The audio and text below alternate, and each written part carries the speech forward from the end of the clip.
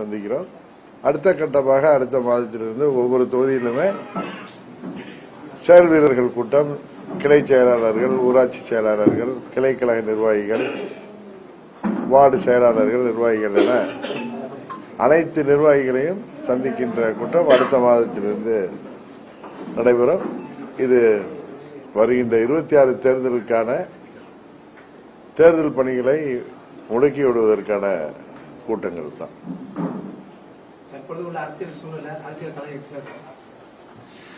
என்ன தற்போது உள்ள அரசியல் சூழல்? இந்த வாரம் எடப்பாடி போனாரு, சரிங்க. கூட்டணி பற்றிய முடிவை அமித்ஷா அறிவிக்கிறாரு. ஆமா, சரி. மத்திய உள்துறை அமைச்சர் திரு அமித்ஷா ஒரு வார்த்தை சொல்லியிருக்காருன்னா, அவரு எதையும் ஆழ்ந்து சிந்தித்து யோசித்து தான் சொல்லக்கூடியவர். அதனால பொறுத்து பாருங்க, எல்லாம் உங்களுக்கு தெரியும். இபிஎஸ்சியும் ஓபிஎஸ்சியும் உருவாக்குனவங்க சசிகலன் ஆளுமை தன்மை விட்டு இருந்தாங்க. அவங்க தலைமையின் கீழ் இணைந்து தேர்தல் சந்திக்கிறதுக்கு வாய்ப்பு இருக்கா? எங்களை பொறுத்த வரைக்கும் யார் தலைமை, யாரு 1 யாரு 2ங்கிறது பிரச்சனை இல்லை. அம்மாவுடைய தொண்டர்கள் எங்கிருந்தாலும் அவர்கள் அனைவரும் ஓர் அணியில் திரண்டு தேசிய ஜனநாயக கூட்டணியில் இடம்பெறுவதன் மூலம், தேசிய ஜனநாயக கூட்டணி பலம் பெறுவதன் மூலம் தீய சக்தி திமுகவை வீழ்த்துவதற்கு ஒரு சிறப்பான ஒரு முடிவாக இருக்கும்.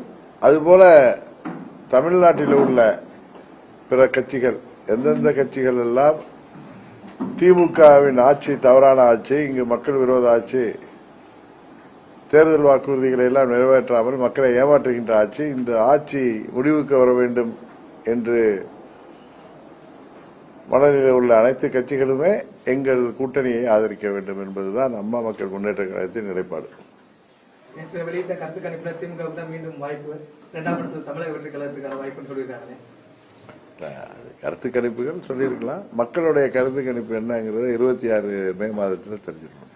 தமிழக வெற்றி கழகத்தோட சொல்லி எங்களுக்கு எதிரி திமுகவுக்கு எங்களுக்குள்ள போட்டி தான், திமுகவுக்கு எங்களுக்கு தான் போட்டின்னு சொல்லியிருக்காங்க. அது அவருடைய ஆசையை, விருப்பத்தை சொல்லியிருக்காங்க அந்த கட்சி. உண்மையான மாற்று தேசிய ஜனநாயக கூட்டணி தான் என்பது எல்லோருக்கும் தெரியும். ஏன்னா தேசிய ஜனநாயக கூட்டணி மேலும் மேலும் வலுப்பெற்று திமுகவுக்கு மாற்றாக தமிழ்நாட்டில் ஒரு நல்ல சிறந்த நிர்வாகம் கூடிய ஆட்சியை, மக்கள் விரும்புகின்ற ஆட்சியை தரக்கூடிய ஆட்சியாக தேசிய ஜனநாயக கூட்டணி ஆட்சி அமையும். யூகத்துக்கெல்லாம் பதில் சொல்ல வெயிட் பண்ணுங்க, பார்ப்போம். அதான் சார், அதான் சொல்றேன். திரு அமித்ஷா அவர்கள் எதையும் யோசித்து பேசக்கூடியவர். அவர் சொல்லியிருக்காரு, பொறுத்திருங்கள், பார்க்கலாம்.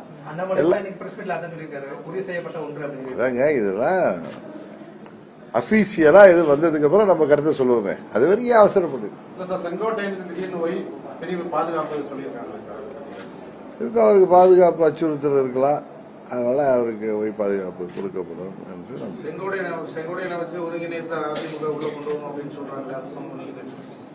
இதெல்லாம் காற்றில் உள்ள செய்திகள் தானே.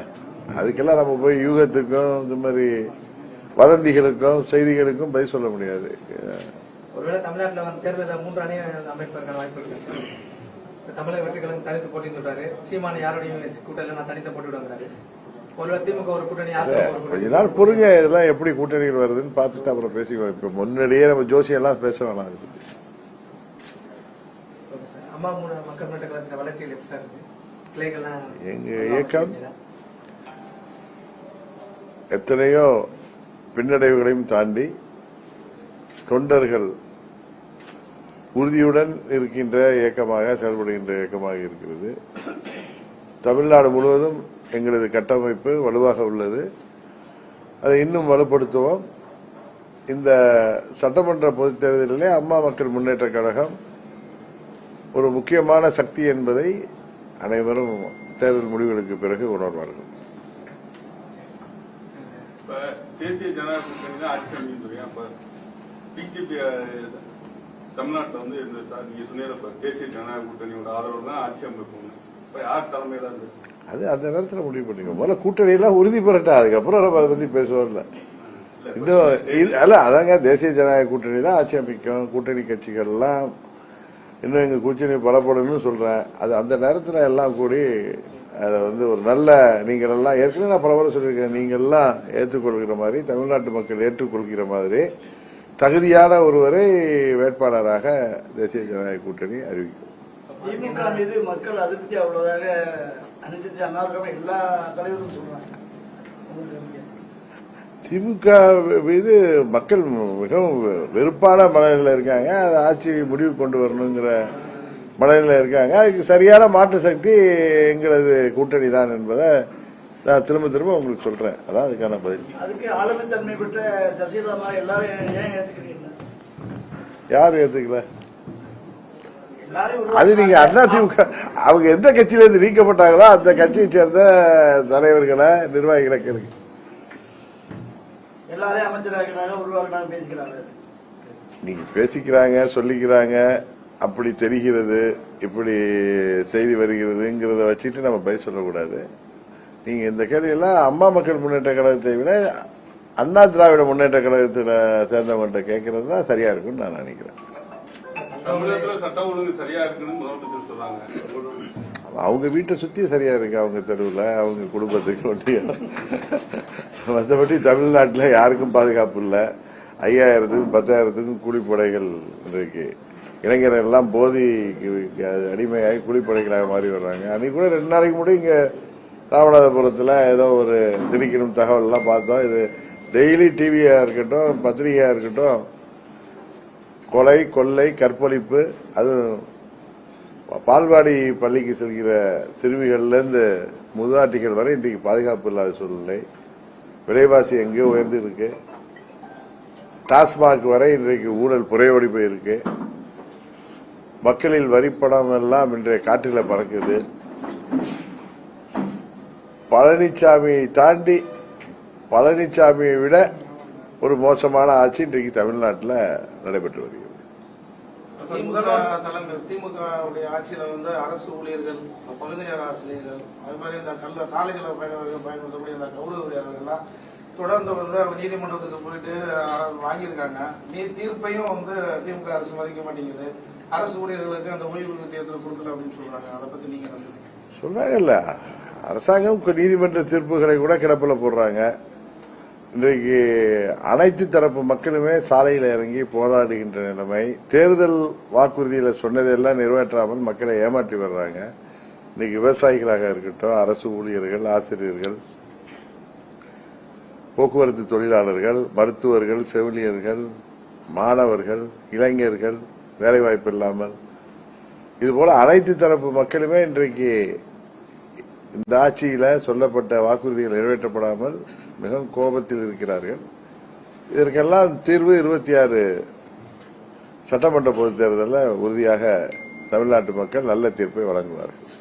தேசிய ஊரக திட்டத்திற்கு நிதி கொடுக்கல, கல்வித்துறைக்கு நிதி கொடுக்கல, மத்திய அரசு மீது கடுமையான தேர்வு தெரிவித்து போராட்டம் நடத்திட்டு இருக்காங்க திமுக. ஆனா அம்மா மக்கள் முன்னேற்றத்தின் சார்பில்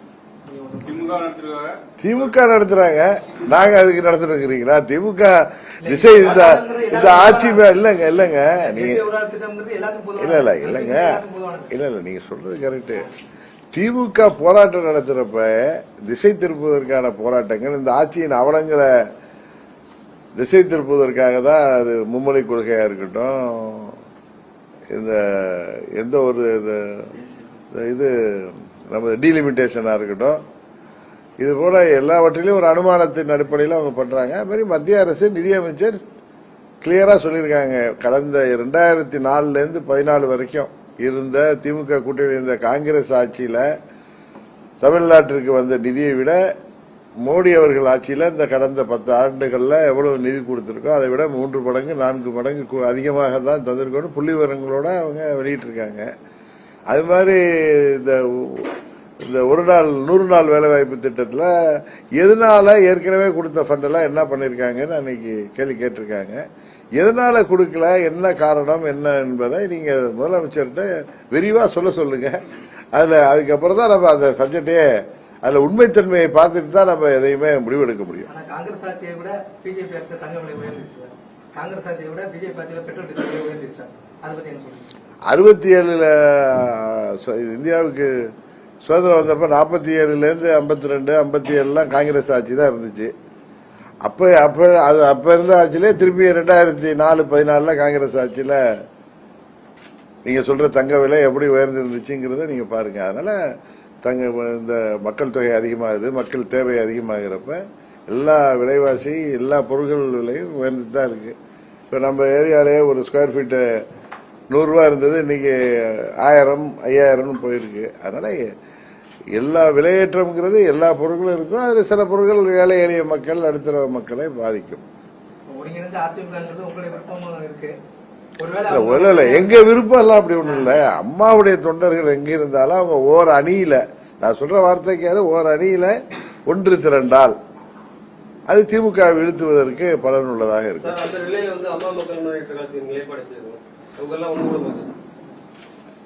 நான் ஏற்கனவே சொல்லிட்டு இருக்கேன், அம்மாவின் தொண்டர்கள் அனைவரும் ஒன்றிணைந்து ஒன்றிணைகிறதுனா ஓர் அணியில் திரண்டு திமுகவை வீழ்த்துவதற்கு வர வேண்டும் சொல்றேன். அப்புறம் உங்க நிலைப்பாடு என்னன்னா, அது மாத்திரம் இல்ல, திமுக வீழ்த்த நினைக்கிற அனைத்து கட்சிகளும் எங்கள் கூட்டணிக்கு வர வேண்டும் சொல்றேன். அதான் எங்களுடைய நிலைப்பாடு.